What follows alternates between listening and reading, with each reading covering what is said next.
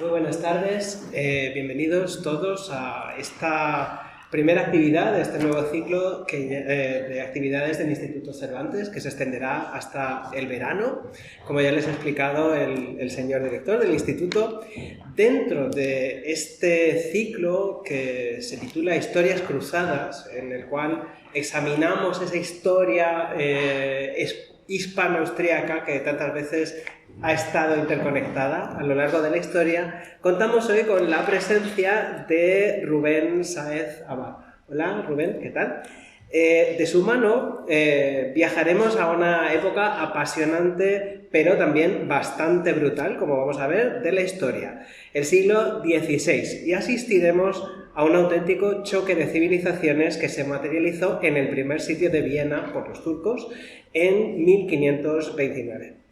Rubén Sáez Abad nos presentará su libro sobre este episodio apasionante de las historias comunes de España y Austria, libro que más tarde podrán adquirir y que firmará su autor. Antes de cederle la palabra a él, diré que es licenciado en Humanidades por la Universidad de Teruel, ciudad de la que también es natural, y doctor en Historia por la Universidad Complutense de Madrid. Su tesis versó sobre la poliorcética en el mundo antiguo. Esta ciencia, de nombre enigmático para los profanos, por ejemplo para mí, hasta que lo supe, pero que desgraciadamente ha sido muy practicada a lo largo de la historia de la humanidad, es, según el diccionario de la Academia, el arte de atacar y de defender plazas fuertes. Debido a esta investigación sobre las técnicas y máquinas de asedio de la antigüedad, el Ministerio de Defensa le galardonó con su Premio Nacional en el año 2004 en su modalidad de Historia y Geografía Militar. Rubén es un prolífico autor de cuya pluma han salido numerosos artículos, 114 si no me equivoco, científicos, sobre su especialidad y 58 libros sobre tecnología militar. Colabora asiduamente con el Instituto de Historia y Cultura Militar de Madrid y con el Museo del Ejército, cuya sede, como todos sabemos, es el Alcázar de Toledo. Es también un avezado investigador sobre otro campo apasionante, que es la arqueología experimental. Su contribución ha sido decisiva en la creación del Trebuchet Park, en Albarracín, que es el mayor parque de reconstrucciones de máquinas de asedio a escala real del mundo. Y sin más, ahora que te conocemos más, te cedo la palabra para que nos expliques cosas apasionantes e interesantísimas a propósito del primer sitio de Viena. Muchísimas gracias por tus palabras. También al Instituto Cervantes por acordarse de mí para recalar en la capital imperial. Puedo asegurar que ha sido un lujo el venir y he disfrutado estos 2 días muchísimo de la ciudad. Es una ciudad maravillosa y me he quedado pues con las ganas de volver para poder ver más cosas, porque esta mañana la he pasado 5 horas de la mañana en el Arsenal visitando el Museo Militar. Era una visita obligada, pero me han quedado muchas cosas por poder ver. Voy a proceder a la presentación. Muchas gracias.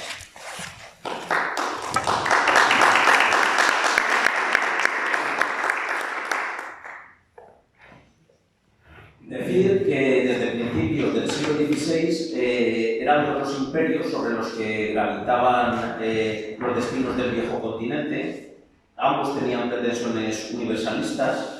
Se trataba del Sacro Imperio Romano Germánico, regido por Carlos V, y del Imperio Otomano, gobernado inicialmente por Selim I y más tarde por Suleimán, apodado el Magnífico. Aquí vemos una alegoría del reinado de Carlos V, donde se ve al emperador entronizado sobre sus enemigos derrotados, y ahí se puede ver a la derecha a Suleimán, al Papa Clemente VII, a Francisco I de Francia, el duque de Cleves, el duque de Sajonia, el landgrave de Hesse.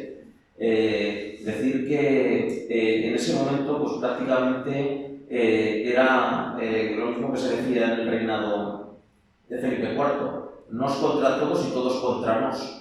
Verdaderamente el imperio era el más atacado por todos los rivales en el continente. Sin embargo, el origen de ambos imperios distaba mucho entre sí. Carlos V había heredado todos sus dominios de sus abuelos maternos. Fernando e Isabel, los reyes católicos, había recibido los reinos de Castilla y Aragón. De Maximiliano de Habsburgo y María de Borgoña, las casas de Austria y Borgoña, respectivamente. Y ambas herencias las había recibido de su padre, Felipe de Borgoña y de Juana. Eso hacía que gobernaran un tiempo sobre Alemania, los Países Bajos, el Franco Condado y España. A ellos se le sumaban también los dominios mediterráneos, Nápoles, Cerdeña o Sicilia, y los del Nuevo Mundo. Todos estos quedan al margen de esta presentación. El principal problema de las posesiones heredadas por Carlos V residía en su falta de cohesión. La única forma que pudo encontrar para cohesionarlos fue con la idea del cristianismo, que se convirtió en ese ideal común de todos los territorios que gobernaba, hasta el punto de llegar a convertirse en guardián de la cristiandad. Bueno, la distancia también entre sus posesiones obligó al emperador a delegar el poder. Eligió a su hermano Fernando para dirigir la herencia en Alemania y Austria, para lo que lo invistió como archiduque de Austria, y para estrechar relaciones diplomáticas, Fernando se casó con Ana de Hungría, que era la hija de Vladislao II, de Bohemia y Hungría, y también casó a su hermana María con el rey Luis II de Hungría. Muy diferente era la situación del Imperio Otomano en ese momento, cuyo origen había sido militar. El poder turco había aparecido en Europa con la conquista de Constantinopla por Mehmed II en 1453, ciudad que se terminó convirtiendo en la capital y pasó a llamarse Estambul. Y durante las décadas siguientes, tal y como se puede apreciar en este mapa, se conquistó durante el reinado de Selim I el sultanato mameluco, con lo cual se anexionó Siria, Palestina y Egipto. A Selim le sucedió Suleimán, que reorientó sus armas contra el reino de Hungría. Esa ya había sido también una prioridad de su abuelo, Mehmed II. De hecho, en 1456 lanzó una campaña para intentar conquistar Serbia, pero fracasó ante Belgrado. Y durante décadas, Hungría se convertiría en el bastión para la defensa del cristianismo. Pero cuando Suleimán accedió al poder, la situación ya era muy diferente. Había muerto el héroe húngaro Juan Hunyadi y su hijo Matías Corvino. Había desaparecido el ejército negro, el famoso ejército negro. El sucesor de Corvino, Vladislao II, había sido incapaz de sostener ese ejército mercenario por el elevado costo. Tampoco había controlado a la levantisca nobleza, un problema que todavía se acentuará más con el reinado de su sucesor, Luis II. Y a estos problemas se sumó una galopante crisis económica. Se había dado prácticamente el caldo de cultivo necesario para que Suleimán pasara a la acción. A las incursiones otomanas en 1521 le siguió el ataque sobre Belgrado, que ahora sí que conquistó, y esto abría el camino a los ejércitos turcos para poder adentrarse en el corazón de Europa. Sin embargo, Suleimán era muy listo y evitó tensar más la cuerda en el continente para no provocar al Sacro Imperio. Por lo que reorientó fue sus armas contra el Mediterráneo, donde conquistó Rodas en 1522. Tras esta breve pausa, de nuevo se reanudaron las racias sobre la frontera húngara. A las correrías iniciales le siguió la exigencia de tributo como pago para evitar los saqueos, pero Luis II evidentemente se negó a ese pago, y eso era la excusa que necesitaba Suleimán para pasar a la acción. Reunió un ejército de 55.000 hombres, acompañado por más de 160 piezas de artillería. Para hacer frente a Suleimán, Luis II reunió a sus tropas, aunque eran insuficientes. Ni siquiera esperó los refuerzos de Croacia y Transilvania. Ambos ejércitos tomaron contacto en Mohacs, en la batalla de Mohacs, el 29 de agosto de 1526. El enfrentamiento se prolongó durante 2 horas, en los que la artillería y los mosquetes turcos fueron capaces de frenar la caballería húngara, y un contraataque turco terminó por decidir la batalla, huyendo los derrotados en dirección a los pantanos, donde muchos de los caballeros húngaros se hundirían, incluido Luis II. Las consecuencias de esta derrota serían gravísimas, porque el reino de Hungría quedaba completamente descabezado al haber muerto el rey sin dejar heredero. El archiduque de Austria, Fernando I, reclamó para sí los tronos de Bohemia y de Hungría, alegando pues, su matrimonio con Ana, que era la hermana del rey Luis II que había muerto. Fernando pues, rápidamente fue coronado en Hungría en diciembre de 1526 y al año siguiente lo hacía en Bohemia. Pero frente a los intereses defendidos por Fernando I, surgió otro pretendiente, Juan de Zápolya, que era el voivoda de Transilvania, que fue proclamado a su vez monarca en la dieta de Sturwey-Schönburg. Intentaré decir bien las palabras porque algunas de las organizaciones son complejas. Por primera vez pues, se daba la circunstancia de que había dos reyes de Hungría. Evidentemente, pues eso condujo al enfrentamiento. En mayo de 1527, Fernando lanzó una poderosa ofensiva sobre los dominios de Zápolya, que se vio obligado a abandonar Buda y volver a su territorio de Transilvania. Viéndose superado a nivel numérico y sin posibilidades de poder recuperar el territorio perdido, buscó posibles aliados. Lo intentó con el rey Francisco I de Francia, que había sido humillado en la batalla de Pavía en 1525, con lo cual lo que menos quería era que le volviera a pasar. También lo intentó con el soberano polaco o con el papa Clemente VII, pero claro, también Clemente acababa de ver cómo había sido saqueada Roma por las tropas de Condestable de Borbón, con lo cual pues lo que menos querían también era buscarse otra excusa para que Carlos V volviera a atacarle. Ninguno estaba en condiciones de ayudarle a Zápolya y quien sí que le respondió fue Solimán.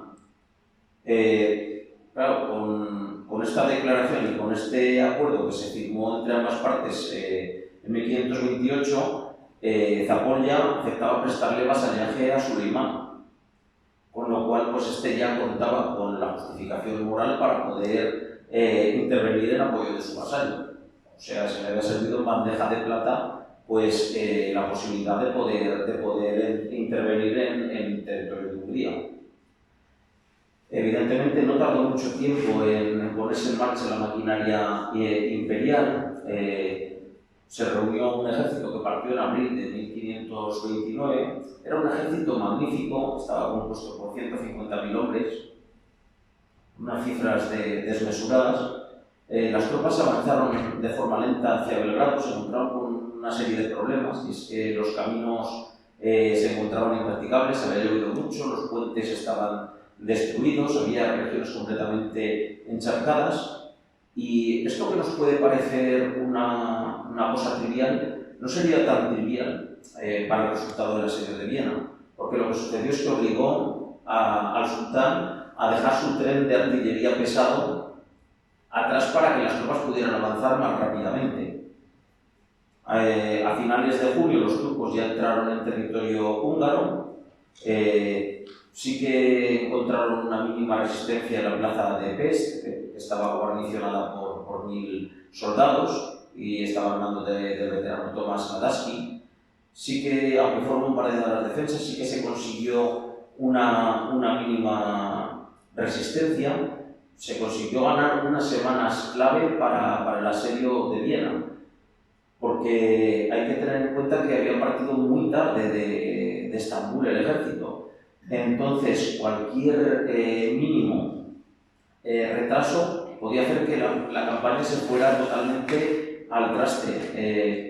Para que nos hagamos una idea, en Europa se solía poder operar entre abril y octubre, como mucho. Con lo cual, cualquier semana que pasara de más, el tiempo jugaba en contra del sultán para llegar a Viena y para conseguir tomarlo. Luego veremos que tuvo una incidencia importante. Ahora vamos a hacer un pequeño repaso a cuáles eran las fuerzas que se enfrentaban, qué técnicas de combate tenían, qué armas, cómo era la guerra de asedio en esos momentos. Hay que decir que el ejército imperial era una mezcolanza de diferentes tropas, de diferentes nacionalidades, y eso hacía pues, que tuvieran capacidades militares bastante variadas. Los más significativos en cuanto a calidad de todos los que participaron en la defensa de Viena serían los arcabuceros españoles y los lansquenetes alemanes. Ahí podemos ver a un arcabucero y a un lansquenete. Esta es la táctica que utilizaban los arcabuceros, ponerse en filas sucesivas. Como la recarga del arma era muy lenta, consistía en la primera fila disparaba, una vez que había disparado, rotaba, se pasaba al final de la fila, disparaba el segundo de la fila y con filas en profundidad se conseguía mantener esa cadencia de fuego que tan importante era en todo momento. Aquí tenemos imágenes de lansquenetes. Los lansquenetes se caracterizaban pues, por sus vivos colores, por llevar ropas de muchos colores. Podían utilizar tanto el arcabuz que vemos aquí como una espada a dos manos. Aquí otro grabado de época de los lansquenetes. Muy diferentes eran las tropas otomanas. Las tropas otomanas, el contingente principal, el más significativo en cuanto a calidad, eran los genízaros. Es curiosa la forma en la que los genízaros eran reclutados. Se hacía por lo que se llama el desvirne. ¿Qué es el desvirne? Pues es lo que se llama el diezmo de los niños. En todas las zonas que estaban sometidas a la Sublime Puerta del Imperio Otomano, se hacía un diezmo de los niños. Se escogían los niños más capacitados físicamente y se llevaban a Estambul y allí se les educaba en una especie de colegios, se les preparaba tanto militarmente como también intelectualmente. De hecho, muchos genízaros terminaban ostentando cargos en la administración del imperio, cargos significativos. Los genízaros en su momento de apogeo, que coincidiría con este momento, pues, eran unos entre 12 y 15.000 del total, y eran pues, las tropas de élite de ese conglomerado. Y solo debían obediencia directa al sultán. No dependían de ningún otro comandante en las batallas. Luego tenemos como a nivel numérico, los genízaros solo eran 12.000, 15.000 como hemos visto. Luego hacía falta otro contingente que fuera el principal para componer el ejército, que era lo que se llamaban los sipahi o timariotas, que integraban sus principales cuerpos de caballería.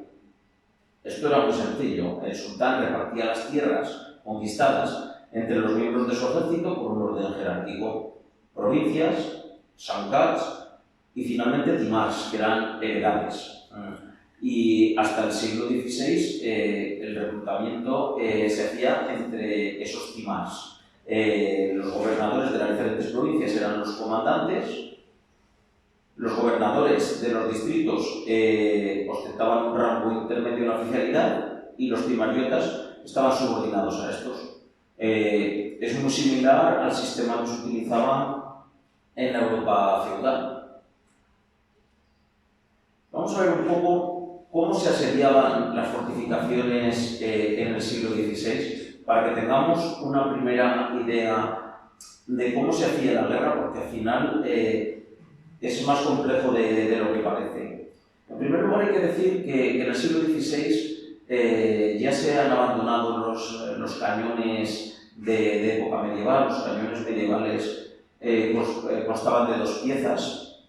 Una que era la caña, que era un tubo hueco, y la recámara, que era donde iba la pólvora. Ambas piezas se unían entre sí, se ataban con diferentes cuerdas, se montaban en una estructura de madera improvisada.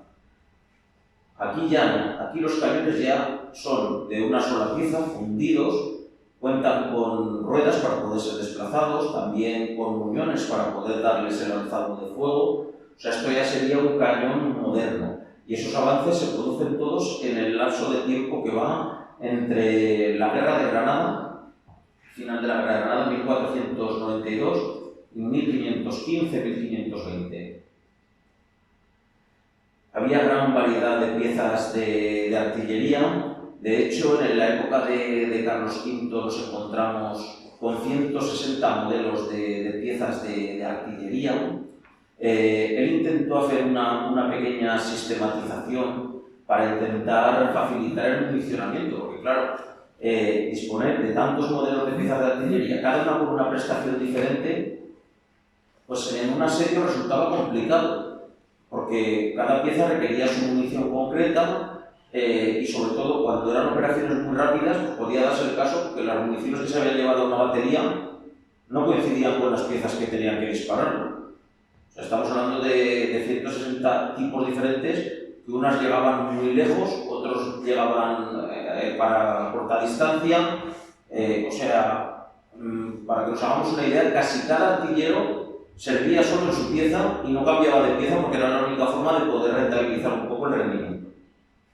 De ahí esa importancia de intentar estandarizar las piezas.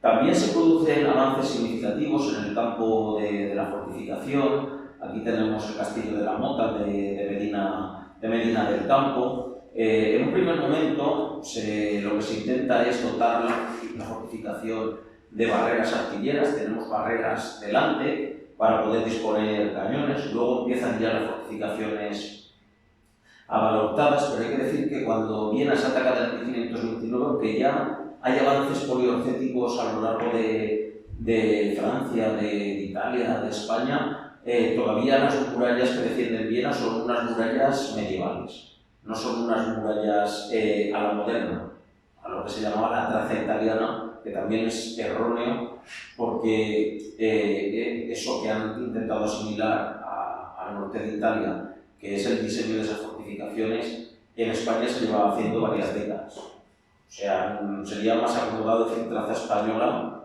que traza italiana. Porque, por ejemplo, en Teruel encontramos una torre con forma de estrella en 1475, cuando las primeras fortificaciones italianas del Áquila son de 1490.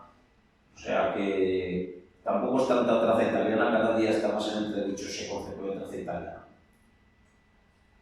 ¿Cómo se capturaba o cómo se sitiaba una ciudad? ¿Cuáles eran las técnicas para poder tomarla? Pues la primera de las opciones, evidentemente, era la captura por medio de gestiones diplomáticas.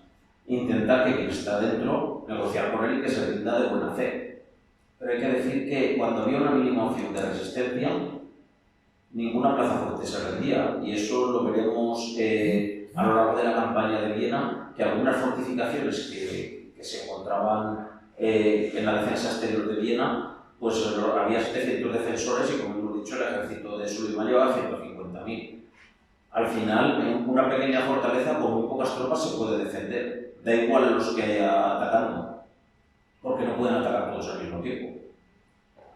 En ocasiones lo que se hacía pues, era una exhibición de fuerza. El sitiador hacía desfilar a todas sus tropas por delante de la ciudad a atacar, y había veces pues, que los defensores se echaban atrás y se rendían viendo los que había, pero tampoco era muy habitual, porque lo que sucedía es que si el alcaide o la máxima autoridad de la defensa se rendía sin haber llevado una resistencia hasta un mínimo, pues se arriesgaba a que fuera sometido a un consejo de guerra por los suyos y que terminara perdiendo la cabeza igual que si se le había hecho combatiendo, por lo cual hay una delgada línea roja ahí que es complicada. En muchas ocasiones lo que se intentaba era el asalto por sorpresa, que consistía pues, en intentar colocar escalas contra la fortificación. Normalmente se utilizaba pues, alguna circunstancia climatológica propicia, ya fuera pues, la niebla, noches especialmente oscuras, aguaceros, momentos en los que los defensores pues, podían relajar un poco la defensa y ponerse a cubierto en las torres y quedar a un lienzo de la muralla desamparado. Pero también, aunque esto es muy de Hollywood, esto es muy de escenografía, que queda muy bien, pero la realidad es que cuando un ejército operaba por un territorio, se sabía de su presencia, con lo cual se tendría a extremar la vigilancia. No se relajaba. Teniendo en cuenta las pocas probabilidades de tomar una ciudad con la estrategia del asalto por sorpresa o con la captura por medio de la diplomacia, lo que se solía recurrir era pues, a la estrategia de bloqueo. ¿En qué consiste la estrategia de bloqueo? Pues consistía en aislar la ciudad del exterior, por medio de la construcción, aquí lo vemos, de fuertes, de diferentes trincheras también alrededor para aislar la ciudad, y el objetivo era que no pudiera entrar dentro ni tropas ni víveres. Y si se conseguía que el cerco fuera impermeable, pues cuando a los defensores se les acababa la comida, pues se terminaban revirtiendo. Pero había que conseguir que se les acabara la comida. Porque seguro que todos han oído hablar de la guerra de Troya, que duró el asedio 10 años. Bueno, más allá de la guerra de Troya, en España tenemos el asedio más largo de la historia. Fue el asedio de Ceuta. Duró 34 años. Durante 34 años estuvo un ejército marroquí desplegado alrededor de la plaza sitiándola. Evidentemente, como no controlaban el medio acuático y la plaza podía ser abastecida y reabastecida vía naval, los heridos se retiraban, pues el asedio podía haber durado otros 100 años más. Porque al final, una plaza que no se puede aislar del exterior, el asedio se puede prolongar indefinidamente. En el caso de que pudiera llegar un ejército de socorro, lo que se hacía era una línea de contrabalación. Una línea para sitiar a los de dentro y otra línea mucho más amplia para evitar que te ataquen al mismo tiempo.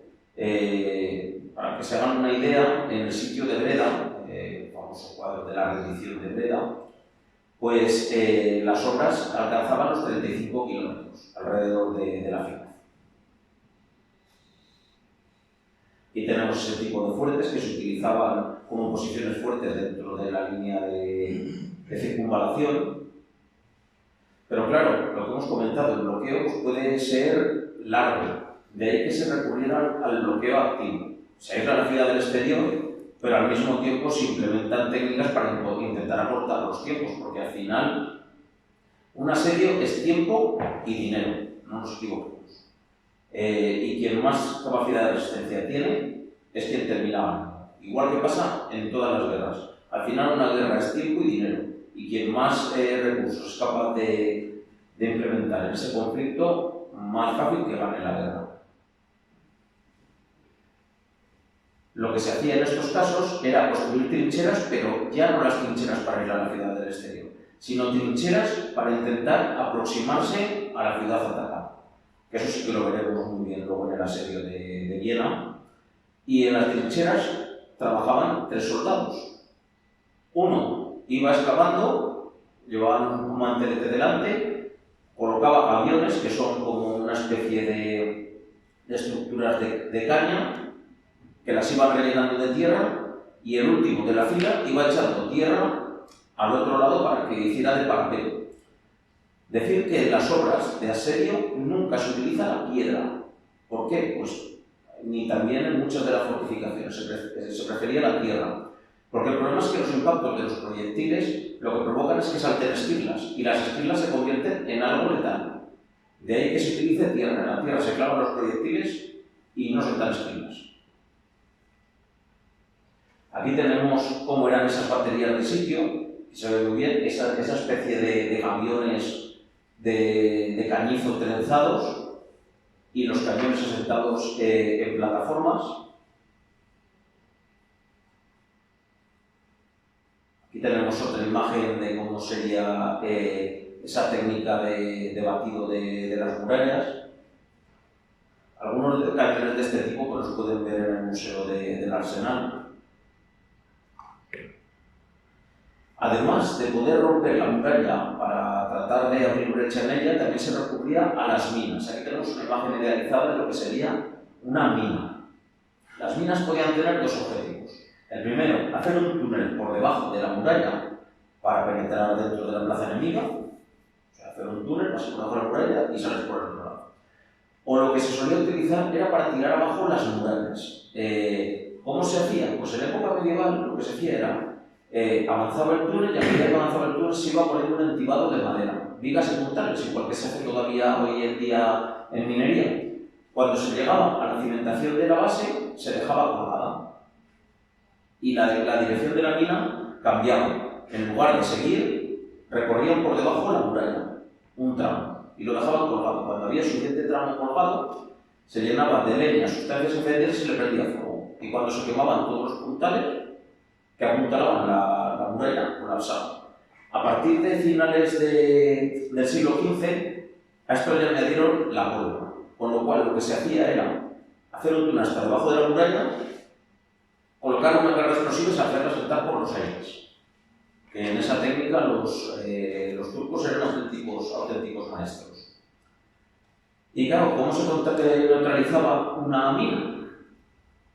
Pues porque claro, esta imagen es muy idílica porque vemos la caseta de minado al lado de la muralla, pero en la vida real las minas comenzaban a 150-200 metros, con lo cual sí se veía dónde estaba la caseta, pero la mina podía ir hacia cualquier lado y no se podía buscar en cualquier sitio. Pues lo que se utilizaban eran las contraminas, túneles desde dentro para buscar al enemigo y neutralizarlo debajo de tierra. En el caso del asedio de Viena lo que se intenta es retirar la pólvora para que no puedan explotar. Pero esto, como decía Gile, ¿dónde está el enemigo? Pues bueno, la solución que encontraron es muy sencilla. En todo el perímetro interior de la muralla colocaban recipientes con agua que cuando se está trabajando debajo, o se mueve la tierra debajo, hace ondas. También tambores con guisantes encima, que son muy sensibles y cuando vibran saltaba el guisante. Y una vez que ya sabían dónde estaba el enemigo, pues por debajo hacer un túnel para intentar acabar con él debajo de tierra. A menudo en los asedios nos encontramos que había una batalla en superficie, pero otra batalla también debajo de tierra. Aquí tenemos un diagrama de cómo era la mina y cómo era la contramina. El túnel se hacía desde dentro, pero había que ser muy precisos, porque si se excavaba más de la cuenta desde dentro, si el enemigo no dejaba colgadas las murallas, las dejabas tú. Con lo cual había que ser muy preciso, porque claro, si toda la muralla estaba por debajo llena de túneles, pues al final se terminaba cayendo. Y una vez que se había conseguido abrir brecha en la muralla, llegaba el momento de negociar con la ciudad. En la mayoría de las ocasiones, si la ciudad tenía dificultades para defenderse, lo que hacía ya era rendirse. Había salvado la cara, había salvado su imagen y se rendía porque en el momento que una ciudad se había negado a rendirse, cuando se le había dado oportunidad y se consumaba el asalto, ya el sitiador tenía el derecho moral de pasar a toda la guarnición y toda la población a cuchillo. Con lo cual, este era un buen momento para rendirse. Luego también veremos en el caso de Viena que se abrieron cuantiosas brechas, pero ninguna se consiguió utilizar. Aquí vemos cómo es la traza de esas posiciones. Siempre las líneas de trincheras vemos ahí que van en zigzag. ¿Por qué van en zigzag? Para evitar lo que se llama el fuego de enfilada. A ver, lo más cómodo es ir en línea recta hacia un punto. Pero en línea recta, si un proyectil pilla esa fila, la barre completamente. Mientras que en posiciones en zigzag no puede romper una trinchera completamente ni barrer a todos los soldados.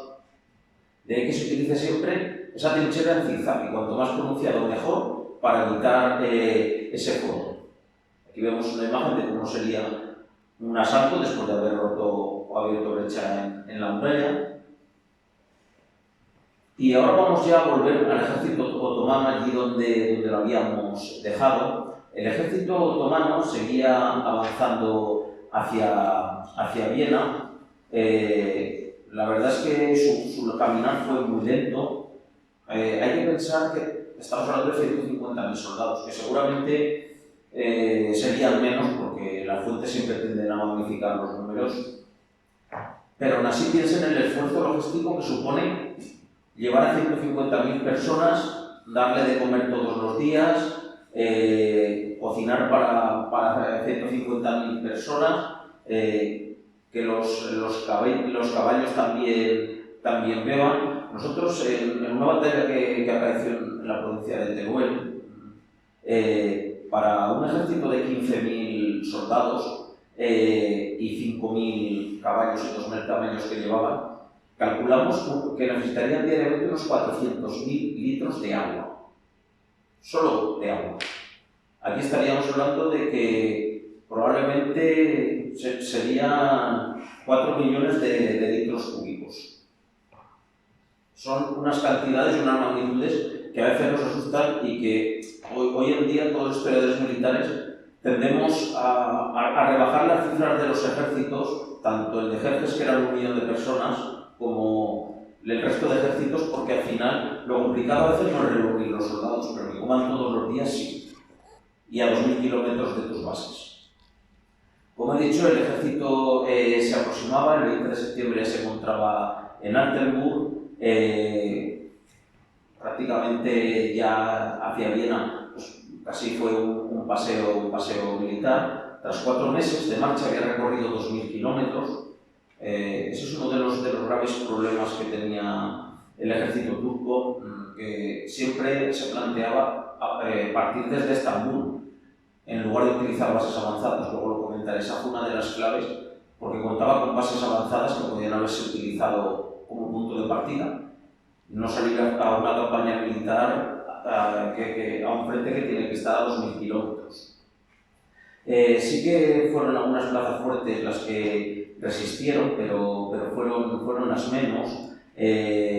Bruck an der Leitha pues sí que consiguió resistir, pero solo se trataba de pequeñas fortalezas, porque la mayoría de las ciudades que eran un poco más grandes se vieron imposibilitadas de poder presentar resistencia, sobre todo pues porque hay que pensar que todo el mundo sabía que el ejército otomano iba hacia Viena, por lo cual pues tampoco tenía mucho sentido, era mejor negociar con el que pasaba por allí que no enfrentarse con él cuando sabes que va a otro pueblo.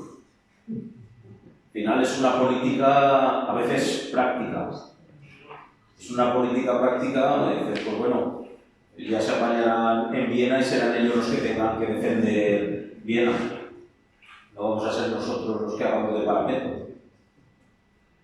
Sí que decir que muy rápidamente se hizo presente los Akinci. Los Akinci eran una caballería ligera turca, eran medio bandoleros, por así decirlo, ni llevaban distintivos militares, ni llevaban nada, eran saqueadores. Rondaba su número los 30.000 y a lo que se dedicaban pues era a barrer el territorio hacia el que se aproximaba el ejército, a saquear todo, destruir todo, matar civiles, o sea, se dedicaban a barrer el territorio. De hecho, durante la campaña de Viena, mientras el ejército principal estaba sitiando Viena, ellos en 100 kilómetros a la redonda de Viena destrozaron todo. Cultivos, casas, salvo las ciudades que no pudieron atacar, pero todo lo que es la campiña en 100 kilómetros a la redonda de Viena quedó completamente esquilmado, todo, por este contingente irregular. Hay que pensar que también en Viena sí que se habían adoptado ya medidas militares, porque al igual que las poblaciones por las que pasaba el ejército turco sabían que iba a Viena, también el archiduque Fernando sabía que iba a Viena. Con lo cual sí que había hecho, tan pronto salió el ejército de Estambul, había solicitado tropas a Estiria, Carintia, Tirol, Bohemia, prácticamente a todos los dominios. En todos los sitios se impuso el diezmo, 1 de cada 10 hombres fue llamado a las armas. En Bohemia, por ejemplo, incluso las autoridades prometieron levantar hasta el último de los hombres si era necesario. En la dieta de Espira, pues Fernando sí que consiguió que se le pusieran a sus órdenes, se reunió un contingente de 12.000 infantes y 4.000 jinetes, pero los asistentes a la dieta decían que la amenaza pues que igual no era tan importante, con lo cual lo que hicieron fue mandar 2 observadores para que vieran a ver si era tan importante. Y el problema es que cuando vieron que era tan importante, ya no dio tiempo a reunir las tropas para que quedaran dentro de Viena. Se tuvieron que quedar en Krems, a una cierta distancia, a la espera también de recibir socorros, porque su número era insuficiente para poder romper el bloqueo. Dentro de Viena hubieran sido muy útiles, fuera de Viena solo eran útiles si estaban en condiciones de presentarle batalla campal a un ejército de 150.000 hombres, como era el turco, lo cual no era posible, con lo cual ese ejército quedó completamente inutilizado y se quedó fuera de Viena. Sí que hubo gente que intentó entrar, como Palgrafili, que prosiguió en dirección a Viena por un pequeño contingente de tropas españolas y alemanas, atravesando el territorio por el que ya se movían los Akinci, y consiguió entrar en la plaza 3 días antes de que se iniciara el bloqueo. Otros lo hicieron cruzando a nado por el Danubio también para poder entrar dentro de la plaza. Pero claro, lo que nos encontramos es que Viena en ese momento no estaba preparada para la resistencia, al menos en la plaza. Aquí sí que tenemos una imagen de Viena en 1574, pero en este momento la ciudad ya vemos que había sufrido importantes mejoras en su sistema fortificado. Vemos baluartes. La imagen más clara de cómo sería Viena es la que hemos visto en la primera imagen, la que hemos visto en la portada. Hay que pensar que la muralla en ese momento solo tenía 6 pies de anchura. Es una muralla medieval muy útil para la defensa contra trabucos, contra piezas de artillería medievales, pero no es una defensa útil contra piezas de artillería avanzadas como son los cañones turcos.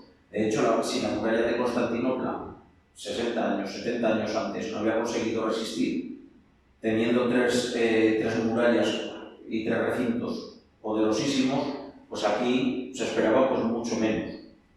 De que hubiera que reparar la muralla en los tramos que estaban dañados, se recurrió a mucha obra de tierra, se recurrió a empalizadas provisionales en los sectores que estaba dañado, porque construir una muralla y reconstruirla requiere de muchísimo tiempo. Y lo último que se tenía era de tiempo.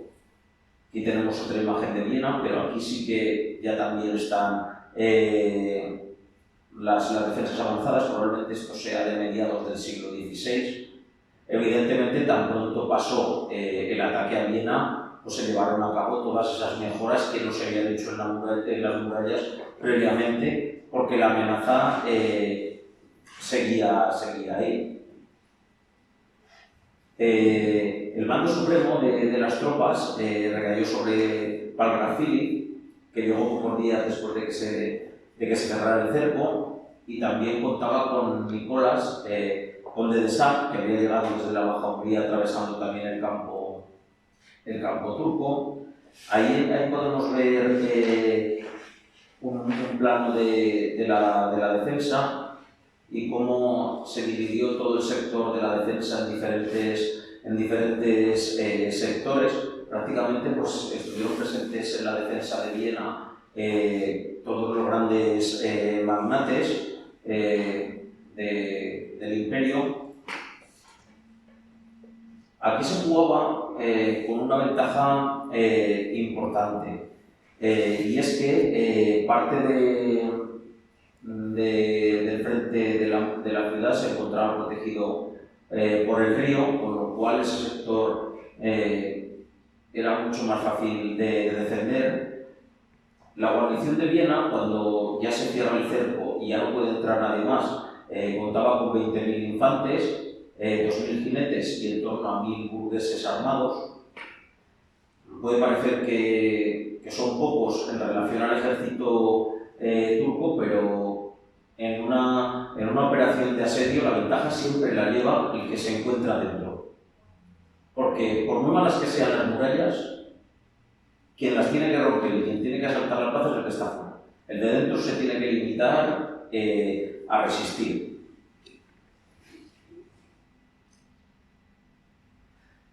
En víspera de la llegada de las tropas, las disposiciones fueron muy rápidas.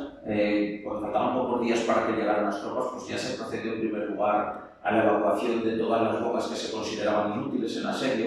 ¿Y qué son las bocas inútiles en asedio? Mujeres, ancianos y niños. Normalmente no contribuían a la defensa, con lo cual lo que se hace es evacuarlos para que los víveres se pueda prolongar su uso durante más tiempo. Al mismo tiempo también es el eslabón más débil a nivel moral. En ocasiones los sitiadores lo que buscaban era matar civiles para precipitar una rendición, con lo cual, evacuando a los civiles, te ahorras eso. Quien queda dentro de la ciudad son militares y están para combatir, con lo cual disponer de 23.000 hombres dentro de una ciudad como Viena para la defensa, pues estaba muy bien, era un número bastante importante. El 24 de septiembre llegó por fin ante Viena el grueso del ejército turco, aunque los Akinci, como ya hemos dicho, llevaban varios días peinando por el entorno de la ciudad, destruyendo todo. Lo primero que hizo Suleimán fue enviar un emisario para pedir la rendición de la ciudad. Evidentemente, pues Viena no se iba a rendir, pero era un mero trámite que siempre se hacía antes del comienzo de las hostilidades. Rápidamente comenzaron a montar las tiendas de campaña, si hacemos caso a las fuentes, 30.000 tiendas de campaña. Ahí se puede ver muy bien el despliegue de las fuerzas sitiadoras alrededor de toda Viena, con posiciones de primera línea, posiciones de segunda línea. El sultán se instaló en un punto desde el que se controlaba la línea de cerco, que fue en Simmering. Desde allí tenía una visión, en torno a él pues se instalaron los genízaros y luego el resto de posiciones por diferentes unidades en función de lo que se pretendía. Como he dicho, se hizo intentos de capitulación. Incluso Suleimán, como muy astuto que era, le ofreció a los defensores que todos los soldados bohemios que habían capturado en las campañas previas, en las operaciones previas, que les dejaba que entraran dentro de la ciudad para defenderla. A ver, eso era una argucia, porque si hubieran entrado todos los soldados, los víveres se hubieran acabado mucho más rápido. O sea, que Suleimán no era tonto, lo que buscaba era que cuanto más soldados hubiera dentro, antes se les acabaran los víveres. O sea, era una oferta envenenada, no era una oferta de buena fe como no podía ser de otra manera. Fracasadas pues esas conversaciones iniciales, los genízaros comenzaron a posesionarse de los restos, las ruinas que quedaban de los edificios extramuros, porque otra de las medidas que siempre se hacía en una plaza que iba a ser sitiada era que los defensores destruían todos los edificios ubicados extramuros. En este caso, pues ni siquiera se respetaron iglesias, todo lo que estaba extramuros fue derruido, porque lo que se buscaba era que los cañones defensores no tuvieran interferencias en su línea de fuego. Cualquier edificio que tuviera extramuros puede servir de protección al que te está atacando. Con lo cual, lo que se hizo fue eso. Otra medida que también se hizo, y que también es muy habitual, era quitar el adoquinado de las cañas. Aquí también se hizo. ¿Por qué? Para evitar el fuego de rebote, porque un proyectil cuando impactaba en un adoquinado pegaba y iba dando saltitos, como las piedras cuando tienes una piedra plana en el agua. Con lo cual era posible que mataran a muchos soldados al barrerlos. Mientras que si se quita el adoquinado de la calle, el proyectil que se dispara se clava en la tierra y no hay recorrido. No juegas a los vuelos con los soldados. Otra medida que también era habitual, pero que aquí no se hizo, y que hay que dar gracias a ello que se conserve San Esteban, era desmochar las iglesias, desmochar la parte alta de las iglesias, porque en artillería los artilleros a la hora de disparar tienen que tener dos referencias, una referencia en la horizontal y una referencia en la vertical para poder apuntar. Si tú no tienes visión, puedes disparar, pero todos los tiros que se hacen es a ojo. Mientras que si tienes un elemento vertical, tienes una referencia de tiro.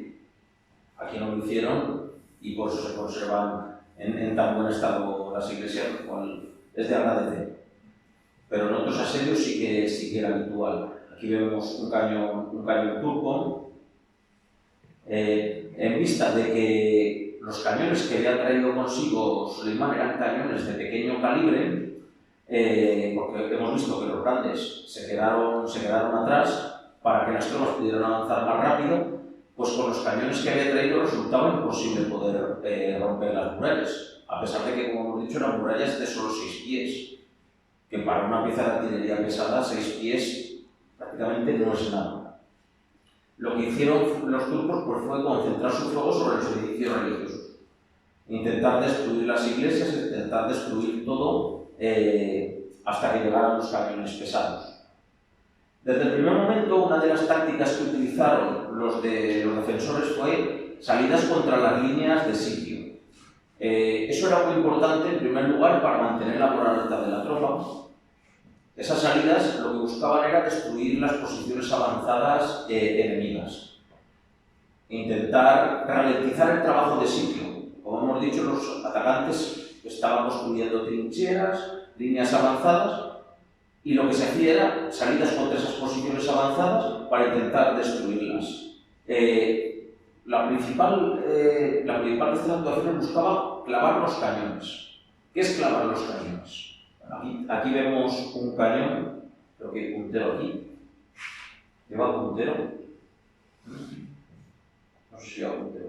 Sí, aquí. Esto es lo que se llama el oído del cañón. Es donde se echaba la pólvora fina para perder el fuego al cañón y disparar. Entonces lo que se buscaba era el clavado. ¿En qué consiste el clavado? Pues en esto, en poner un clavo. Se le pone un clavo en el oído, un clavo que no sobresalga del cañón, del cuerpo del cañón, que no sobresalga del cuerpo, porque si sobresale del cuerpo, pues con unas tenazas se puede quitar. Que no sobresalga, y si no sobresale, ese cañón queda inutilizado, porque no hay forma de poder quitarlo. Tienes que llevarlo otra vez a la fundición o volver a taladrarle, pero en el campo no puedes quitar el clavo, con lo cual ese cañón ya no sirve. No hace falta destruirlo, solo con clavarlo se queda inutilizado.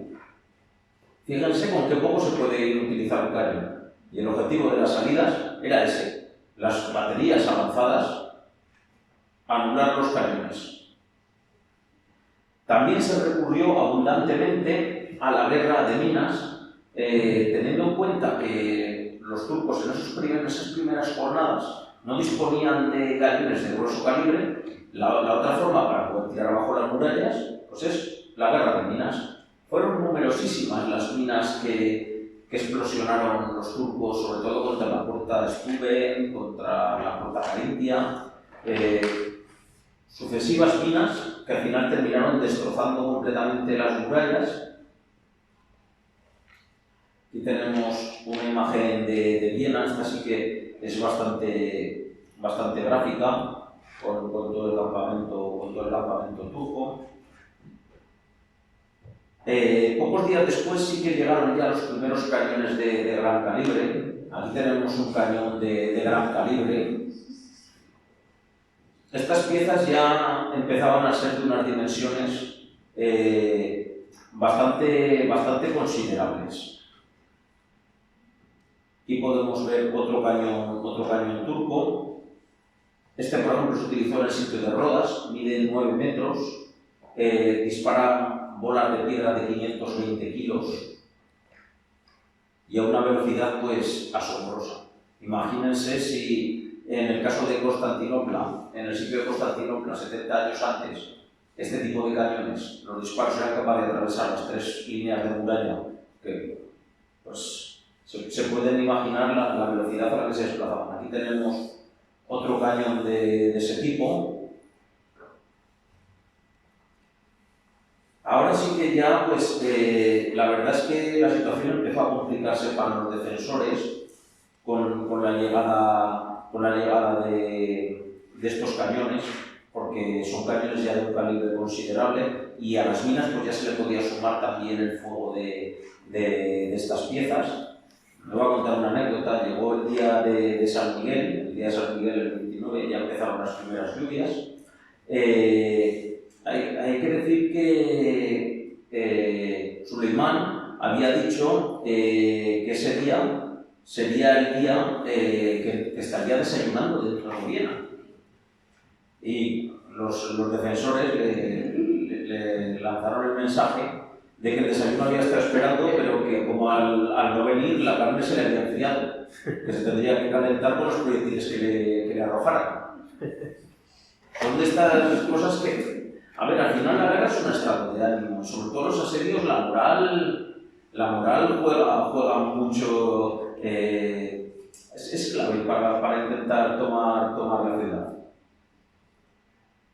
Evidentemente a todas estas destrucciones provocadas por las minas, cada vez que se destrozaba un tramo de muralla se producía el sucesivo asalto, pero hay que decir que las minas siempre fueron hacia los mismos sectores, con lo cual aunque se consiguiera abrir brecha, y en uno de los casos se consiguió abrir una brecha en la que podían pasar hasta 24 soldados en línea, o sea, 24 de frente, pero claro, solo pueden entrar 24.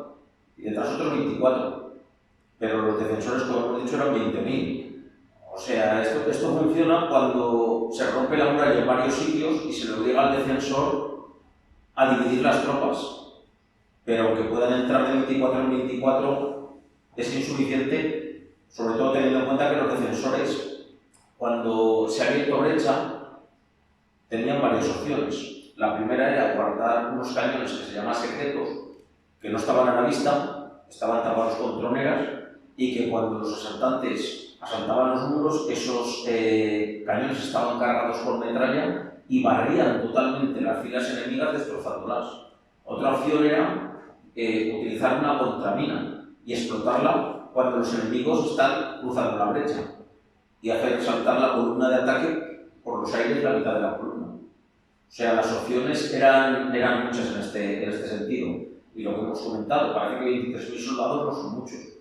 Pero bueno, si solo te atacan por 500 metros de muralla, puedes defenderla bien. Aquí tenemos esos Akinci que durante todo el asedio, estos fueron los que más salieron ganando porque pudieron saquear a su antojo, como he dicho, 100 kilómetros alrededor de Viena. Prácticamente dejaron desolado todo. Los genízaros tuvieron sensibles bajas en alguno de estos asedios. Hemos dicho que había entre 12 y 15.000. Pues en alguno de los asaltos perdieron hasta 1.200 de sus integrantes. Es un 10% de las tropas con que contaban. Se llegó a un punto en el que incluso las tropas turcas no querían asaltar la brecha. Sus oficiales tenían que llevarlos engañados y tenían que empujarles para que asaltaran las brechas, porque no querían asaltarlos.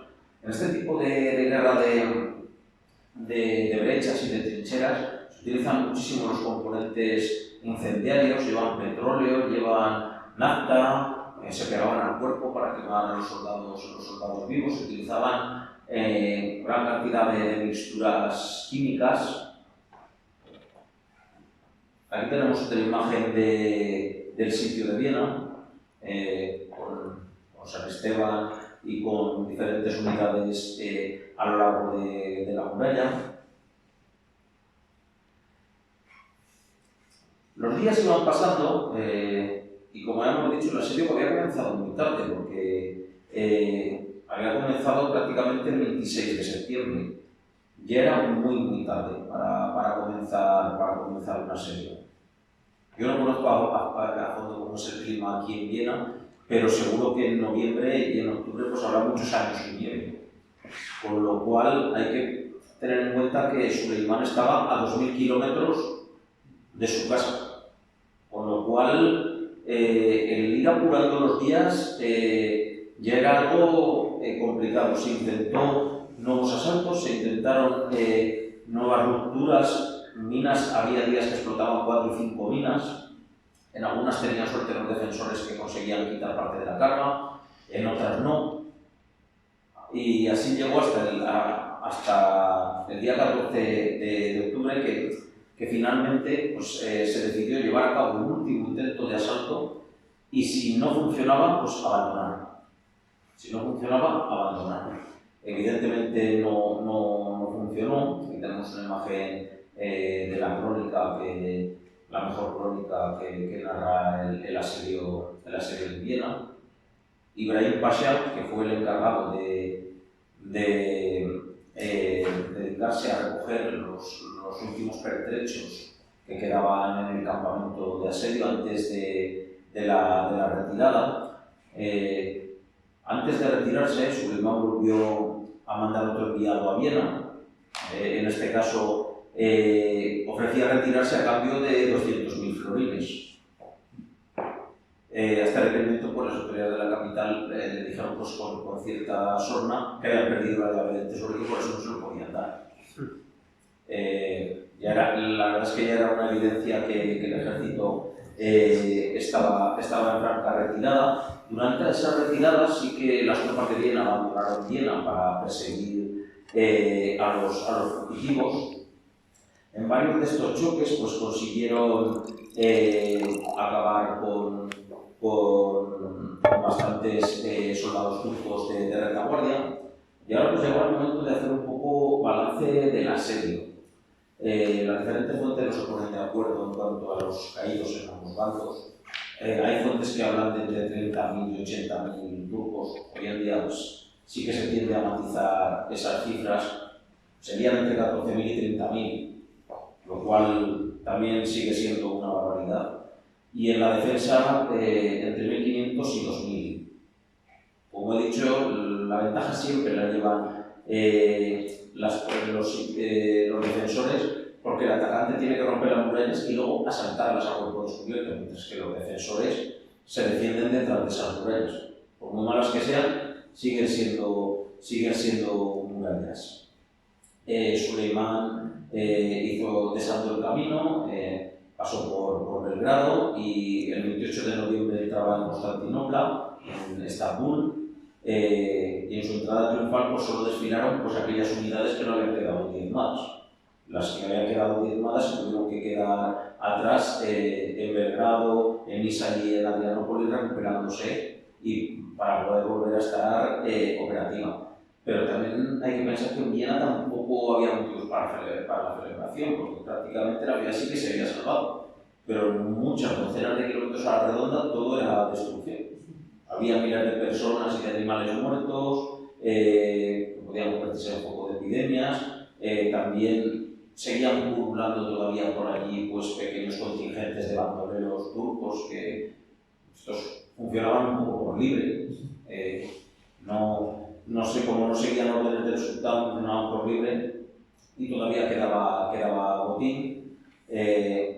Como he dicho, pues fueron bastantes las claves que condicionaron el asedio de Viena. En primer lugar, pues, el no partir de plazas como Belgrado, que estaba en su poder y podía haber sido una base logística desde la que partir, con lo cual en vez de 2.000 kilómetros hubiera tenido que andar menos de 1.000. Ese fue un error de cálculo, aunque no hubiera querido desplazar las tropas, porque todas las campañas militares siempre salían de Estambul con esa pompa y ese boato, pero sí que los cañones podían haber estado ya en Belgrado, y esa falta de previsión fue una de las claves.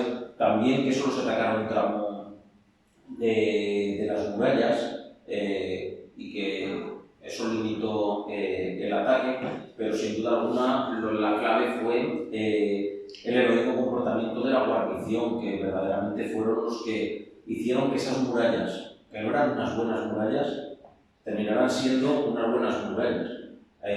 Al final hay una máxima que se dice en guerra de asedio y es que las murallas no defienden a los hombres, son los hombres los que defienden las murallas.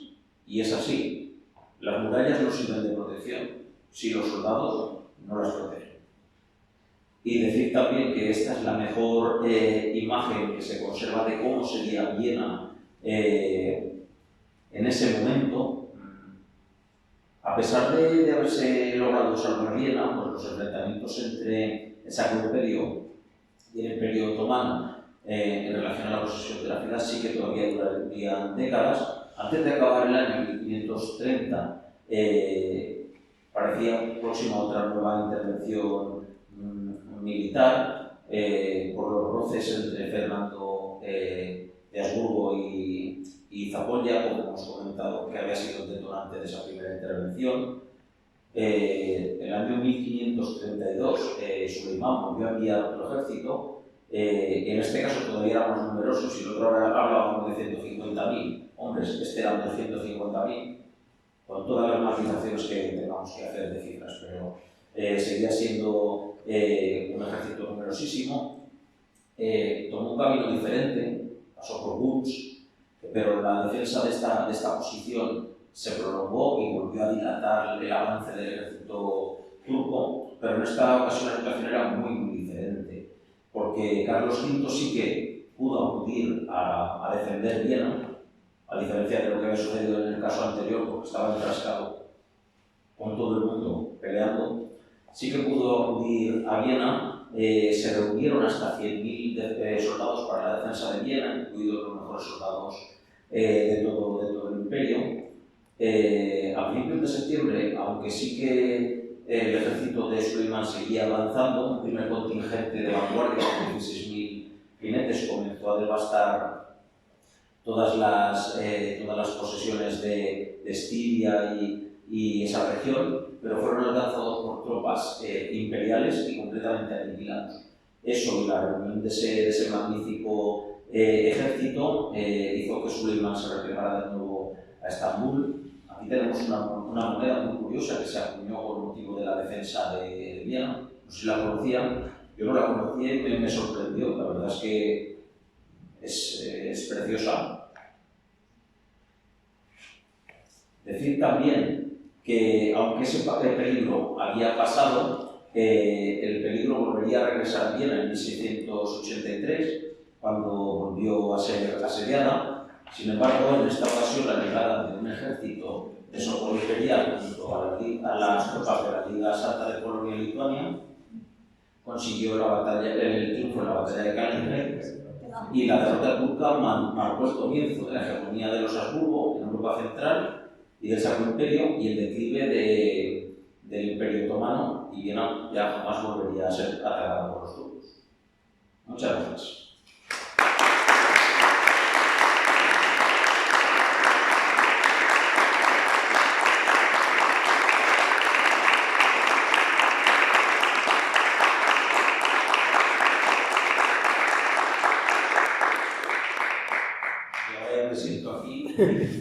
¿Tienen alguna pregunta, alguna duda? Si sé responderla, intentaré responderla. Pues muchísimas gracias. Lo primero, ha sido interesantísimo y sobre todo, yo me he dado cuenta de que la guerra, en cierto modo, no ha cambiado tanto. Porque muchas veces al escucharte hablar, pues se escuchaban ecos de lo que está pasando ahora en Ucrania. Bueno, al final hay que pensar que a lo largo de la historia cambian las armas y las personas, pero todas las guerras son iguales, no solo a nivel técnico, sino a nivel barbarie, y también al final los motivos que las producen siempre terminan siendo los mismos. Motivos económicos, aunque en muchos casos se habla de... en algunos casos la religión es la que parece que... Véase las cruzadas, véase diferentes procesos en los que se esgrime la religión, pero al final las cruzadas no se entienden si no ves quién fue a la Guerra Santa. Y salvo Raimon de Saint-Gilles, que era el señor de Tolosa, que era un cierto potentado, los demás eran segundones que no tenían mucho futuro en su territorio y fueron a hacerse un reino en otro sitio. Y has mencionado unas tropas auxiliares españolas que quedaron acuarteladas en Krems y que son también un entrecruzamiento, una migaja de la historia de la que todavía queda memoria en Austria, porque estas personas, por un descuido de ese contingente de soldados, produjeron un incendio que quemó 150 casas. Y en su retirada luego en el Bajau saquearon y prendieron fuego a toda esa zona, ¿no? Queda memoria de ellos. Es todavía. Que los soldados también son un problema. O sea, los soldados en la guerra no, pero en la paz son un problema. Porque, claro, gente sin nada que hacer, al fin y al cabo. No, y que muchas veces cobraban tarde, mal, y a ver, de hecho muchas ciudades estaban dispuestas a pagar para que no se acuartelaran allí, porque al final Claro, tener miles de soldados acantonados en una ciudad, pendencieros, muchas veces ebrios.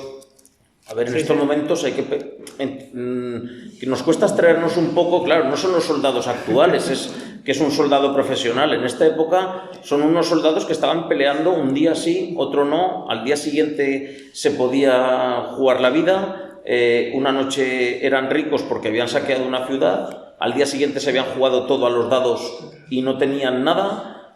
O sea, eso sí que era vivir un poco al día. Y era muy habitual pues que en las ciudades donde estaban acantonados pues abusaran de su fuerza pues para saquear, para robar, para llevarse lo que podían. Sí, vamos, ya te digo que queda memoria todavía de aquellos paisanos nuestros, queda memoria. Bueno, paisanos nuestros y de alguno más, porque las tropas que se acantonaron en Krems había de todo.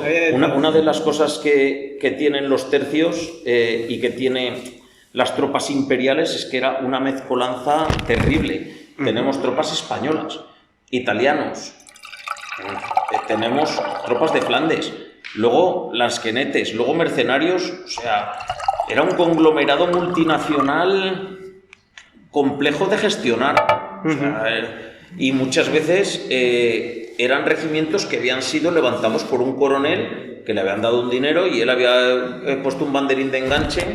Y allí se enganchaba pues lo peor de cada casa. Claro, muchos intentando huir de la justicia pues se enganchaban en el ejército. También marineros, en los buques todavía era peor. Por ejemplo, en Inglaterra está muy demostrado que cuando había que coger tripulaciones de los barcos, en momentos que había que movilizar muchos barcos, iban por todas las cantinas replegando a los que había, y a muchos borrachos los replegaban, los metían al barco y cuando se despertaba ya estaba en medio del mar. Ya estaba en medio del mar, ¿no? O sea, no... A ver, en según qué momentos, pues la carrera militar, sí, los oficiales normalmente eran nobles, eran condes, pero sí, había de todo. A ver, era una vida de fortuna. Que no era popular, vamos. No era muy popular. Ahora me gustaría abrir el coloquio a las personas que nos están escuchando y que quieran aprovechar tu presencia en Viena para hacerte preguntas a propósito de este tema tan interesante como es el primer sitio de Viena. No sé quién quiere abrir el fuego utilizando el lenguaje bélico. En primer lugar, buenas noches y muchas gracias por la exposición. Tengo dos preguntas cortitas y además creo que son fáciles. ¿Dónde y cómo siguió el emperador Fernando el asedio de Viena? ¿Dónde estaba y cómo le llegaban las noticias? ¿Cómo seguía? A ver, él estaba en España porque también tenía un problema con las comunidades, con un levantamiento de las comunidades en Castilla, pero al mismo tiempo tenía tropas combatiendo contra Francia. Sus tropas, las tropas que tenía movilizadas habían saqueado, el condestable de Borbón recientemente había saqueado Roma, y precisamente luego las tropas que en el asedio de 1532, cuando Suleimán avanzó hacia aquí, no se utilizaron, porque no se pudo utilizar contra él, esas tropas las desviaría hacia el sur y serían parte las que terminarían tomando Túnez en 1535. Es que, claro, movilizar ejércitos, esto nos parece relativamente sencillo, pero en una campaña tan rápida como fue la de Viena, porque al final, durante abril y octubre, cuando llegaran las noticias de que se estaba movilizando el ejército, que avanzaba hacia Viena, que había superado Belgrado, estaríamos mayo, junio. O sea, en 2 meses es imposible movilizar un ejército y desplazarlo. Lo que sí que sucedió con anticipación en el de 1532, porque ya se llevaba 2 años y al final las tropas sabía que si no las utilizaba en Viena, terminaría utilizándolas contra los turcos también, porque al final contra los turcos Carlos V pelea aquí en el centro de Europa, pero también pelea en el norte de África. En 1535 se sitia de forma exitosa Túnez, en 1541 se fracasa en Argel. O sea, se sigue combatiendo tanto en el flanco mediterráneo y bueno, y luego le dona la orden, al hospital le dona Malta para crear la Orden de Malta. O sea, las zonas de conflicto son varias, y luego tenemos el problema de que no es fácil reunir un ejército en pocos meses. Luego ya con el duque de Alba se crea el Camino Español, que el Camino Español sí que facilita el trasvase de tropas entre Italia y Flandes. O sea, lo facilita en muy pocas etapas atravesando territorios amigos, pero no era tan fácil en ese momento trasladar tropas desde luego atravesando Francia no puedes. Para haber podido mandar tropas, tendría que haber ido de España a Italia, y de Italia haber subido algo que es complejo, ¿eh? Sí, yo me refería a hermanos, a Fernando, al archiduque, y desde dónde seguía ese asedio. A ver, se acercó hasta Krems, donde se reunieron las tropas, pero no les dio tiempo a entrar esas tropas, porque claro, se habían conseguido reunir 5.000 soldados. Pero es que solo los Akinci que estaban dando vueltas ya llevaban 30.000. Un mal encuentro con eso, claro. Eran las únicas tropas que se habían podido reunir. En esos casos priman la cautela. Si el asedio se hubiera estado a punto de precipitar, yo me imagino que hubieran forzado la máquina y hubieran intentado lanzar un contraataque. Pero lanzar el único ejército de socorro que tienes, que son 5.000 soldados, contra un ejército como el de Suleimán, era una temeridad, y que no podía aportar nada. Al contrario, él seguramente, en caso de ser derrotado, la moral de los defensores, porque una de las cosas que se solía hacer en estos casos, si se conseguía derrotar un ejército de socorro, era mandar las cabezas de los que lo mandaban dentro de la ciudad para decirles: mira, el ejército que venía de socorro, aquí lo tienes. Con lo cual eso a veces terminaba precipitando rendiciones. Y mi segunda pregunta era, dentro de la guarnición, dentro de la ciudad, en esa mezcla de nacionalidades, creo que había un contingente de 700 españoles, sí, que lucharon de una manera heroica. Sí. ¿Se conserva algún vestigio, algún recuerdo de esos? Que yo no lo sé si se conserva todavía algún vestigio. De los 700 que había, solo sobrevivieron 250. Para que nos hagamos una idea, de los 1.500 muertos que hubo, 450 fueron españoles. Es significativo cuando había 700 entre 23.000 de la guarnición. Eso demuestra que se emplearon a fondo en los sitios más comprometidos. Yo no sé si hay alguna evidencia que se conserve. Sí, hola, soy Javier. Bueno, muchísimas gracias por estar aquí y por este coloquio. Me permito contestar a la pregunta. Sí se conserva un vestigio en el Museo Municipal de Viena, el Museo de Viena, que ahora mismo está cerrado porque están extendiéndolo.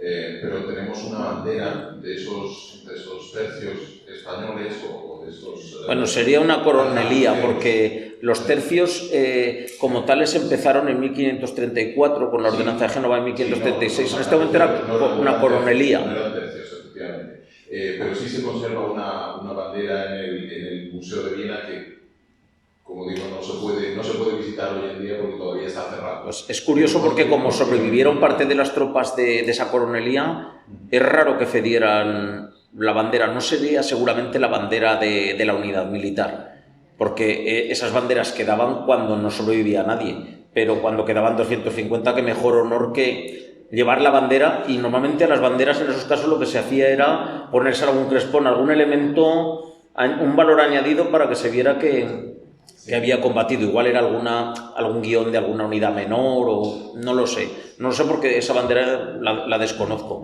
y yo creo que también la desconocen en España, porque trabajo a menudo con el mayor especialista en banderas de España, Luis Sorando, y no la comenté que venía, y si no me hubiera dicho fotografíala, porque no la tengo, porque es raro. Pero bueno, me gustaría conseguir una foto por lo menos de ella. Yo tengo Tenemos una foto. Para hacer. tenemos el documento gráfico. Pero aprovechando que tengo el micrófono en la mano, tengo una pregunta, y es que en el segundo asedio, en 1683, la victoria se produce precisamente por las tropas de Jan Sobieski y de Polonia.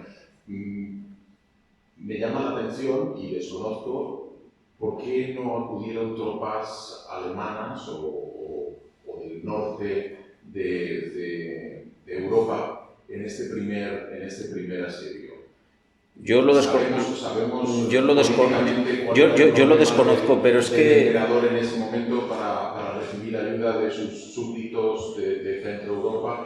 Los problemas de equilibrios geopolíticos con el imperio eran complicados. Eran unos equilibrios geopolíticos. Yo desconozco en concreto por qué hubo ausencias. Y igual también fue pues por la rapidez con la que se desencadenan los acontecimientos. Porque es que no es fácil reunir un ejército. Ahora es muy fácil, reúnes un ejército, va al arsenal, cogen armas todos. Aquí cuando se levantaba una unidad militar ex novo, había que hacer las armas, había que hacer el vestuario, había asentistas que tenían que controlar, o sea, había que encargar a uno que hiciera un equipo, a otro que hiciera otros equipos. O sea, en cuestión de semanas o meses era complicado. Había veces que las campañas militares se preparaban con 1 año, 2 años de antelación para poder tener, y si ya tenían que tomar parte también en embarcaciones y barcos, navíos, todavía más, porque sí, una cosa era los barcos que oficialmente estaban operativos, decías, hay 60 barcos. ¿Cómo están los barcos? Que antes de que entraran en combate había que carenarlos, a uno le faltaban tripulaciones, porque claro, las tripulaciones no estaban fijas en los barcos. Había que recurrir, pues en Inglaterra lo que hemos comentado, cuando había que movilizar muchos barcos de bar en bar, y no, bueno, al final, dentro de lo que cabe, eran mucho más chusma los que solían coger en Inglaterra que aquí en España. Claro, ellos tenían muchos más barcos, con lo cual necesitaban muchos más marineros. Aún así también había muchas veces problemas para poder conseguir todos los marineros. Muchos no tenían ninguna experiencia y claro, en un barco de transporte pues no hay problema, pero en un barco o en un navío de guerra se necesita gente que sepa manejar en situaciones de actividad intensa, maniobrar el barco, porque había barcos que llevaban 800 o 1000 tripulantes. Tenía que haber 200 haciendo maniobras con el barco mientras los artilleros, o sea, es algo más complejo que me monto en el barco y que me digan lo que tengo que hacer, ¿no? Hay que saber lo que tienes que hacer antes de montarte. Sí. Tenemos una pregunta más, pero necesitamos el micro antes para que llegue la traducción también. Buenas tardes. Mi pregunta tiene que ver con el origen de la maquinaria que se utilizó. Yo, precisamente a ustedes le escucho decir que en la época se tenía la maquinaria de la parte de Arabia, o sea, de los árabes, por una parte, y por otra parte de China. Entonces, imagino que los turcos utilizaron una maquinaria más bien china y nosotros teníamos una maquinaria heredada de la que teníamos ya en el imperio. Entonces, ¿qué posibilidades tenían? O sea, lo que nos ha explicado muy bien qué maquinaria utilizaban los turcos, pero no nos ha contado nada de lo que había dentro de la ciudad de Viena, qué tipo de cañones.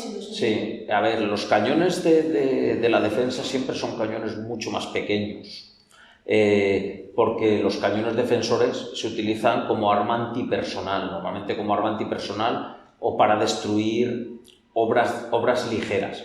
Normalmente los cañones defensores son muy pequeños de calibre, y luego en Viena, aunque sí que había piezas, pero se encontraron con un problema, y es que no había dónde ponerlas.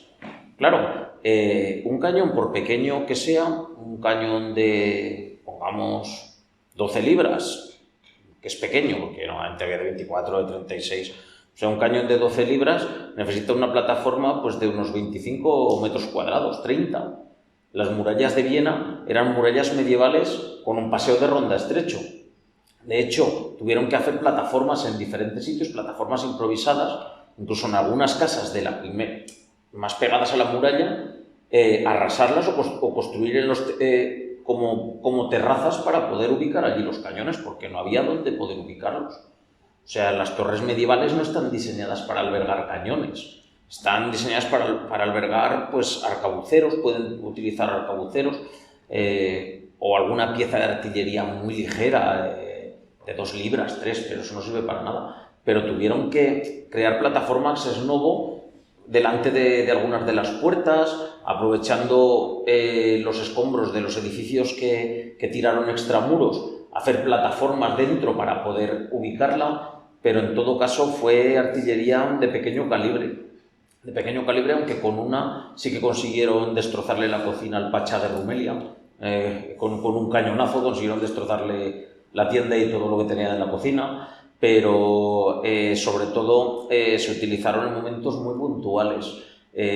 No estaban en condiciones de poder hacer mucho fuego de contrabatería, porque al final cuando te tiran con esos cañones como los que hemos visto, que tiran proyectiles de 500 kilos, aunque tú tires de 20, claro, aquí tenemos que pensar que los cañones de la defensa se tienen que poner expuestos también para poder disparar. Para tener visibilidad de tiro tienen que estar en plataformas, y eso también es un blanco bastante bueno para los sitiadores.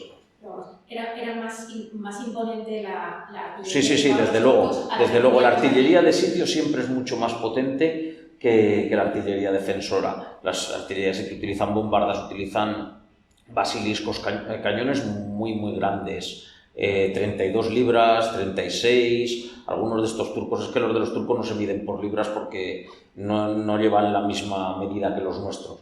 Eso se mide por el tamaño de la boca y del proyectil, pero que los había muy grandes. Lo que pasa es que solo pudieron traer 10, que subieron por el Danubio.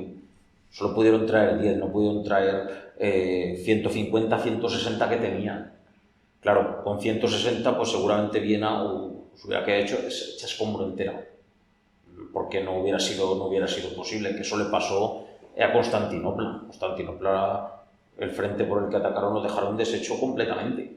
O sea, porque claro, un proyectil de 520 kilos a esas velocidades, las murallas las deja hechas escombro.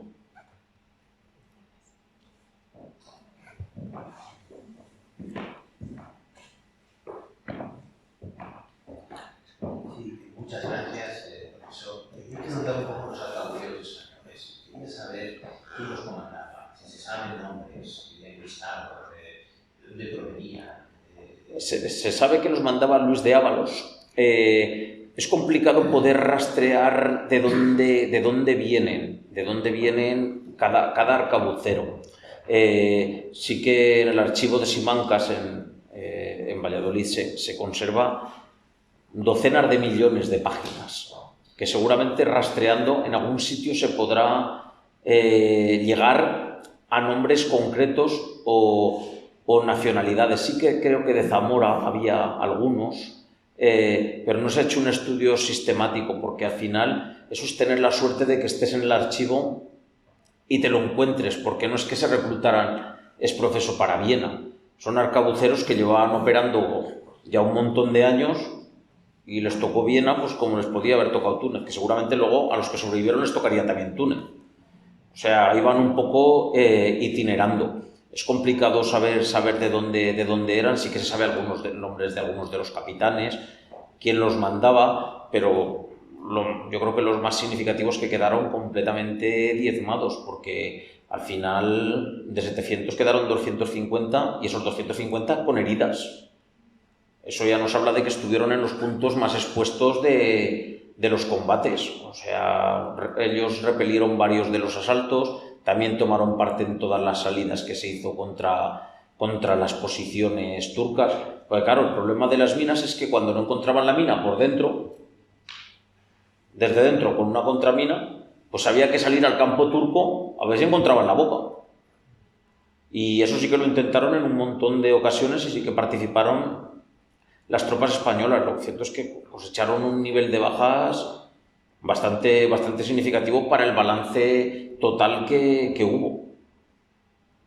Porque estamos hablando de que hubo un 10%, un 8% más o menos de bajas entre todos los miembros de la guarnición.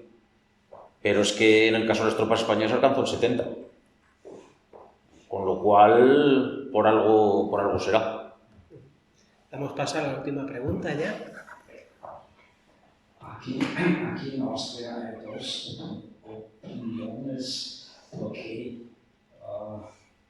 los turcos no nos han atacado. Primero, había una gran enfermedad en el ejército de Turquía y otra, hay muchas opiniones contrarias.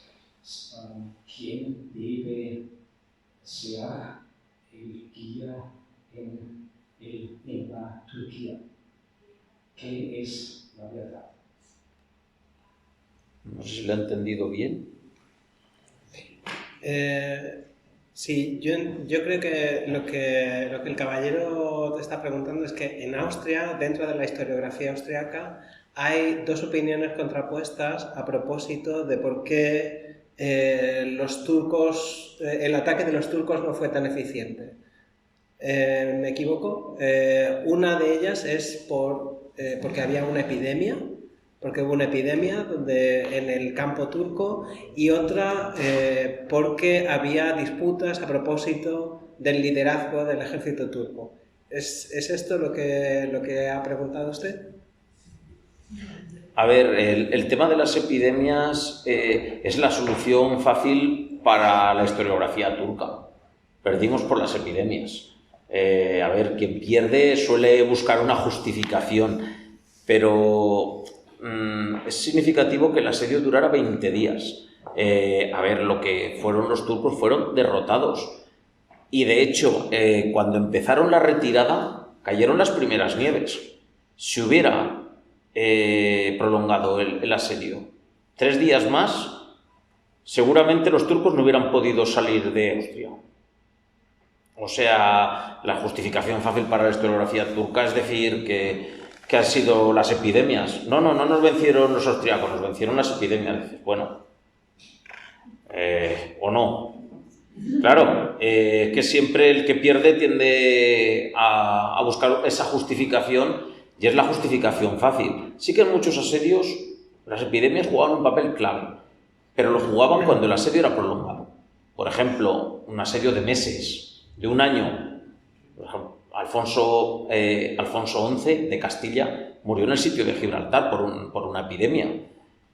Pero una epidemia no se suele producir cuando no llegaron a estar 20 días delante de Viena. No da tiempo a que se propague una epidemia para ser letal.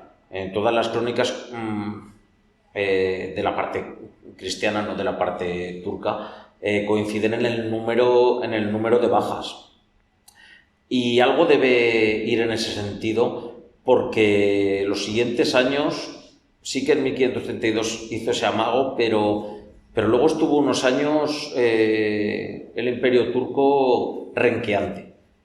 Con lo cual, pero vamos, yo desde luego, sí se puede argumentar lo de las epidemias, bueno, es una justificación, pero a los hechos me remito, y es que la defensa fue encarnizada y no consiguieron tomar Viena porque la guarnición lo defendió muy bien, porque hubo intentos de asalto y en cada intento de asalto se dejaron a la florinata del ejército que tenían. Con lo cual, quien quiera justificarlo con las epidemias, que lo justifique.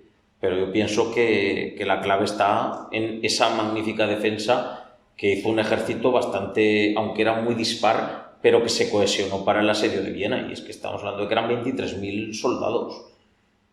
No había civiles, que eso siempre es un lastre. O sea, todo lo que había eran soldados y muchos veteranos. Muy bien. Ultimísimo, sí. Bueno. Pero necesitamos el micro, porque si no, no llega la traducción.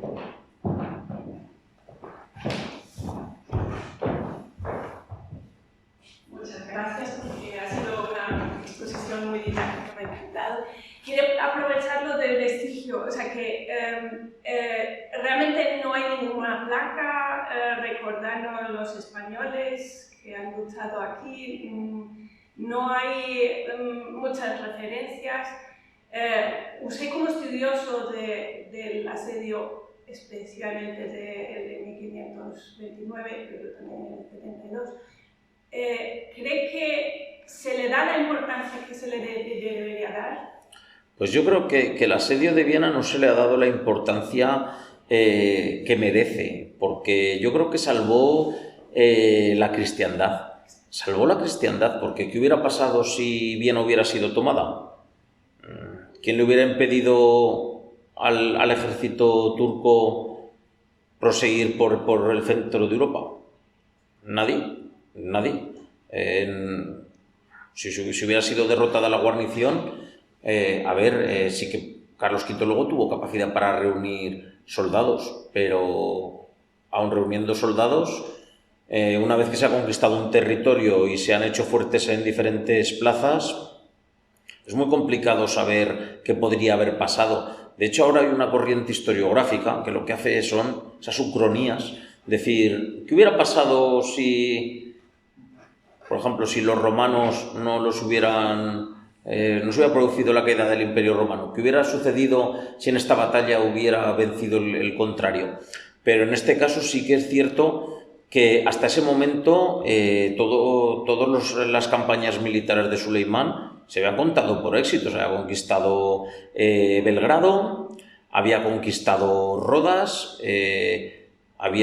sus conquistas en Hungría eran enormes, o sea, hasta ese momento todo había sido un paseo militar, y él pensaba que esta campaña podía ser lo mismo, pero al final se reveló que no, y de hecho tras ese intento y el posterior fracaso en 1532 también, porque ahí ya se retiró por miedo, porque ahí sí que no quiso enfrentarse. Carlos V estaba dispuesto a enfrentarse en campo abierto con él. Ahí sí que estoy seguro que por muy mal día que hubieran tenido las tropas de Carlos V, hubieran ganado.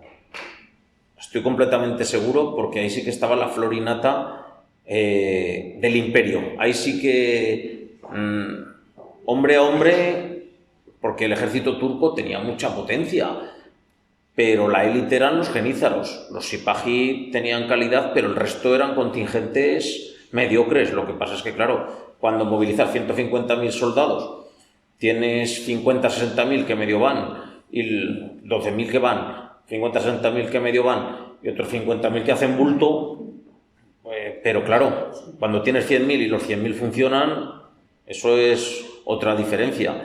Y además las tropas españolas venían de derrotar en Pavía al rey de Francia y a su caballería, dejarla masacrada, haber hecho prisionero al propio rey de Francia, 2 años antes saquear Roma, que eso sí que fue un paseo militar. O sea, al final esas tropas sí que verdaderamente estaban curtidas, con lo cual en ese caso sí que dio tiempo, porque ya se veía venir. Pero movilizar 100.000 hombres y llevarlos a Viena y que estén allí, además que también hay que pensar que se movían por tema económico. O sea, es que esto de movilizar 100.000 hombres supone un gasto terrible, y si luego no los utilizas para nada, a ver, en este caso se utilizaron para luego Túnez, pero es preferible esperar a ver qué pasa que no gastarte en las tropas, porque tampoco las puedes mantener movilizadas indefinidamente.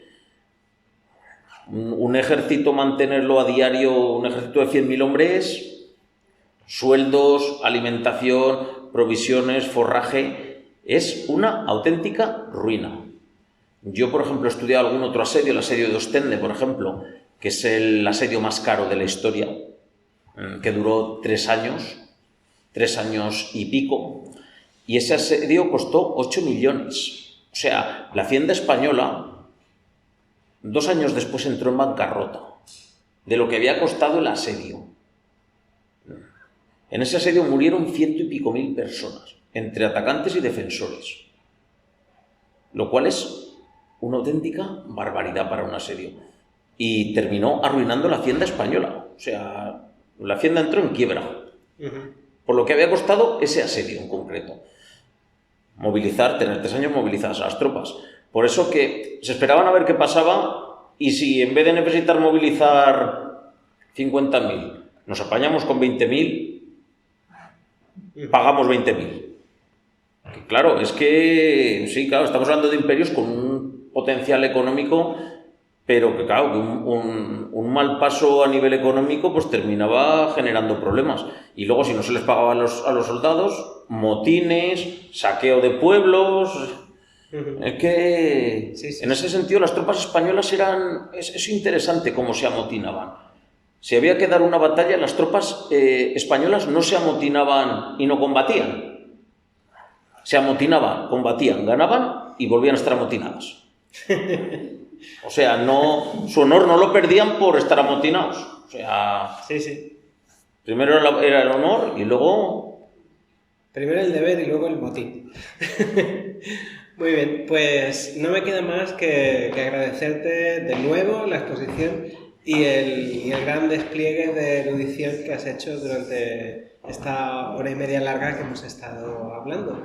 Y a nuestro público pues también darles las gracias y recordarles que el Instituto Cervantes de Viena no solo es el sitio mejor para aprender español en Viena, sino que también, como ha explicado el señor director al principio, tiene un programa de actividades extensísimo, variadísimo y de una enorme calidad. Mañana, sin ir más lejos, tendremos en el ciclo El Jardín de las Musas a la poeta Chiqui Vicioso, que de la República Dominicana, que dará un recital con su obra poética. Les animo a que también asistan. Es un tema muy distinto, pero sin duda también interesantísimo. Y nada, hasta la próxima. Les recuerdo que pueden adquirir el libro, por cierto, y informarse incluso con más profundidad a propósito del sitio de Viena de 1529. Muchas gracias y muy buenas tardes.